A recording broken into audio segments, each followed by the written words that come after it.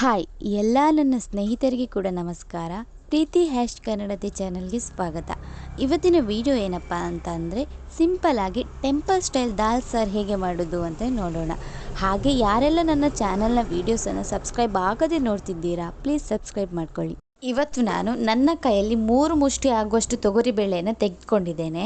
ಮತ್ತು ಇದನ್ನು ನಾನು 1 ಗಂಟೆಗಳ ಕಾಲ ನೆನೆ ಹಾಕಿ ಇಡ್ತೇನೆ. ಯಾಕೆ ಅಂತ ಹೇಳಿದರೆ, ನಾವು ಕುಕ್ಕರ್ನಲ್ಲಿ ವಿಜಿಲನ್ನು ಬರ್ಸುವಾಗ ತುಂಬ ವಿಜಿಲ್ ಬೇಕಾಗೋದಿಲ್ಲ. ನೆನೆಸಿಟ್ಟ ಕಾರಣ ಸ್ವಲ್ಪ ವಿಜಿಲ್ ಬಂದರೆ ಸಾಕಾಗ್ತದೆ. 2 ಟೊಮೆಟೊವನ್ನು ಇಷ್ಟು ದೊಡ್ಡದಾಗಿ ಕಟ್ ಮಾಡಿ ಇಟ್ಕೊಂಡಿದ್ದೇನೆ. ಮತ್ತು 1 ಟೊಮೆಟೊವನ್ನು ಇಷ್ಟು ಸಣ್ಣ ಸಣ್ಣದಾಗಿ ಕಟ್ ಮಾಡಿ ಇಟ್ಟಿದ್ದೇನೆ. ಇದನ್ನು ಯಾಕೆ ಬೇರೆ ಬೇರೆ ಥರ ಕಟ್ ಮಾಡಿದ್ದೇನೆ ಅಂತ ನಾನು ನಿಮಗೆ ಹೇಳ್ತೇನೆ.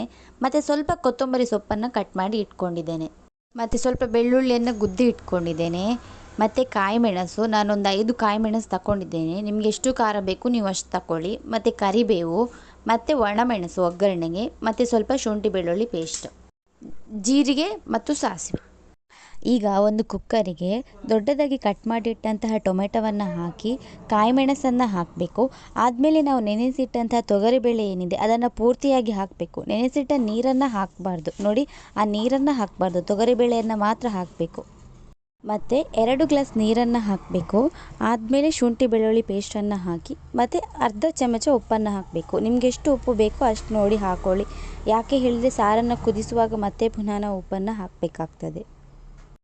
ಈಗ ಕುಕ್ಕರನ್ನು ಕ್ಲೋಸ್ ಮಾಡಿ 3ರಿಂದ 4 ವಿಜಿಲ್ ಮಾಡಿದರೆ ಸಾಕಾಗ್ತದೆ. ನೋಡಿ, ಈಗ ಬೇಳೆ ಈ ಥರ ಬೇಯ್ದಿರ್ತದೆ. ಇದನ್ನು ನಾವು ಸಣ್ಣದಾಗಿ ಮೆಶ್ ಮಾಡಿಕೊಳ್ಬೇಕು. ನೋಡಿ, ಈಗ ಇಷ್ಟು ಮೆಶ್ ಆಗಿದೆ, ಇಷ್ಟು ಸಾಕು. ಇದಕ್ಕೆ ಈಗ ನಿಮಗೆ ಎಷ್ಟು ಕ್ವಾಂಟಿಟಿ ನೀರು ಬೇಕೋ ಅಷ್ಟು ಹಾಕಿದರೆ ಸಾಕು. ನೋಡಿ, ನಾನು ನೀರನ್ನು ಹಾಕ್ತಿದ್ದೇನೆ. ಇದರ ಮೇಲೆ ಸಣ್ಣದಾಗಿ ಕಟ್ ಮಾಡಿಟ್ಟಂತಹ ಟೊಮೆಟೊವನ್ನು ಹಾಕಬೇಕು. ಮತ್ತು ರುಚಿಗೆ ಎಷ್ಟು ಬೇಕೋ ಅಷ್ಟು ಉಪ್ಪನ್ನು ಹಾಕಿ ಇದನ್ನು ಸ್ವಲ್ಪ ಕುದಿಲಿಕ್ಕೆ ಬಿಡಬೇಕು. ಇದು ಕುದೀತಾ ಇದ್ದಾಗೆ ನಾವು ಈಚೆ ಕಡೆ ಒಗ್ಗರಣೆಗೆ ಏನು ಬೇಕೋ ಅದನ್ನು ರೆಡಿ ಮಾಡೋಣ. ನೋಡಿ, ನಾನು ಒಣಮೆಣಸನ್ನು ಇಷ್ಟು ಸಣ್ಣ ಸಣ್ಣದಾಗಿ ಕಟ್ ಮಾಡಿ ಇಟ್ಕೊಂಡಿರ್ತೇನೆ. ಯಾಕೆ ಅಂತ ಹೇಳಿದರೆ ಇದನ್ನು ಎಣ್ಣೆಗೆ ಹಾಕಿದಾಗ ಇದು ದೊಡ್ಡದಾಗ್ತದೆ. ಸ್ವಲ್ಪ ಎಣ್ಣೆ ಹಾಕಿ ಜೀರಿಗೆ, ಸಾಸಿವೆ ಮತ್ತು ಗುದ್ದಿಟ್ಟಂತಹ ಬೆಳ್ಳುಳ್ಳಿ ಮತ್ತು ಕರಿಬೇವಿನ ಎಲೆ, ಈಗ ಒಣಮೆಣಸನ್ನು ಹಾಕಿ ಚೆನ್ನಾಗಿ ಮಿಕ್ಸ್ ಮಾಡಬೇಕು. ನೋಡಿ, ಈಗ ಒಗ್ಗರಣೆ ರೆಡಿ ಆಗಿದೆ.